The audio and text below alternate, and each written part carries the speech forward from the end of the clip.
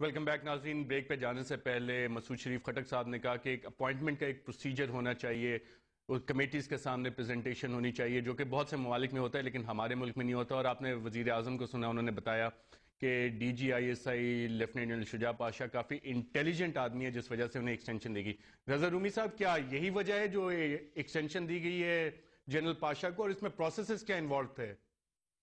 بات یہ ہے کہ یہی تو ہمارے لیے سب سے بڑا معمہ ہے کہ یہ جو ہائی لیول کی اپوائنٹمنٹس ہیں یہ کس طرح سے ہوتی ہیں. چونکہ یہ ہمارے ملک میں ساری کی ساری ایجنسیز جو ہیں یہ ایک بالکل ہی ان اکاؤنٹیبل طریقے سے کام کرتی ہیں. اس کے جو عوام ہے ان کو نہیں پتا ہوتا. ہمیں بھی اکثر باتیں جو ہے میڈیا سے پتہ لگتی ہیں، اور وہ بھی فوراً میڈیا سے معلوم ہوتی ہیں، جن میں کہ بے شکات یہ ہوتا ہے کہ ہمارے ملک کی بدنامی بھی ہوتی ہے، ایجنسیز کے اوپر مختلف طرح کے الزام لگتے ہیں. اس لیے یہ جو کلچر ہے وہ ٹرانسپیرنٹ نہیں ہے.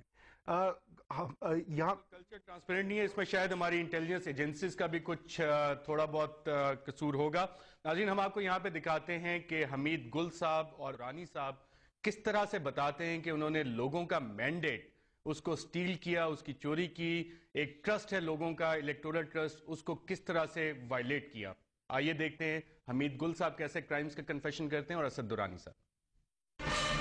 As a result of the formation of the IGI, which I have never denied, I don't tell lies, I tell the truth. I have played a role, and I have apologized to the nation also for this. I used just simply my influence with some of the political groups and brought them together. Of course, TJISI, because he is fronting for the army. It is not the ISI alone. ISI fronts for the army. Yes, some funds were distributed. These funds did not belong to the government or to the ISI. ISI was not involved. I am the one who was involved. یہ تھے حمید گل اور اسد درانی، جو اپنے crimes کا، جو political crimes انہوں نے commit کیے جمہوریت کے خلاف، اس کا اعتراف کر رہے تھے. لیکن اس کے باوجود، اس ایکسیپٹنس کے باوجود، آج تک کسی نے ان کی اکاؤنٹیبلٹی نہیں کی. مسعود شریف صاحب، آپ ان کیسز کو کافی غور سے آپ نے انویسٹیگیٹ بھی کیا، کافی رپورٹس بھی آپ نے دیکھی. کیا وجہ ہے کہ ان رپورٹس کی موجودگی کے باوجود کوئی ایکشن نہیں ہو سکا ان پہ؟ ایئر مارشل اظہر خان کا کیس 97 سے سپریم کورٹ کے پاس پڑا ہے. دیکھیں، ایک چیز، ان کی جو باتیں تھیں ان کو سمجھنے کے لیے ایک چیز آپ کو مد نظر رکھنا پڑے گا. 62 ایئرز آف یور ایگزسٹنس میں 35 ایئرز آپ نے تقریباً ڈکٹیٹرشپ کے نیچے گزاری ہے. یہ فیکٹ آف ہسٹری ہے، یو کانٹ چینج اٹ.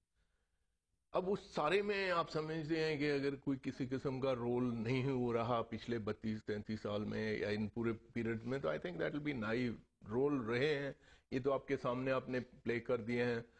ان کے دیکھیں، ابھی جیسے حمید گل صاحب نے آئی جی آئی کی بات کی، اس وقت اگر فار ایگزامپل آئی جی آئی نہیں کریٹ ہوتی پاکستان پیپلز پارٹی کا مینڈیٹ کم کرنے کے لیے، تو ممکن ہے آپ کو اس وقت شہید محترمہ بے نظیر بھٹو کے نیچے پاکستان کو ایک سٹیبل گورنمنٹ ملتی اور اس کا شاید اثرات آج تک بہتر ہوتے.